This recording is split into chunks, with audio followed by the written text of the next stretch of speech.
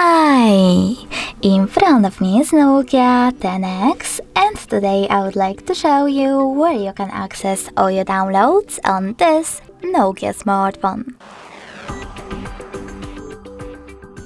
First of all, you need to find an app called Files, and when you find it, click on it.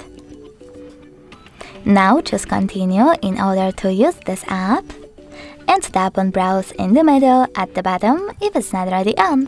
Finally, just tap on Downloads category, and as you can see, all my downloaded files are over here. In order to access one, just click on it.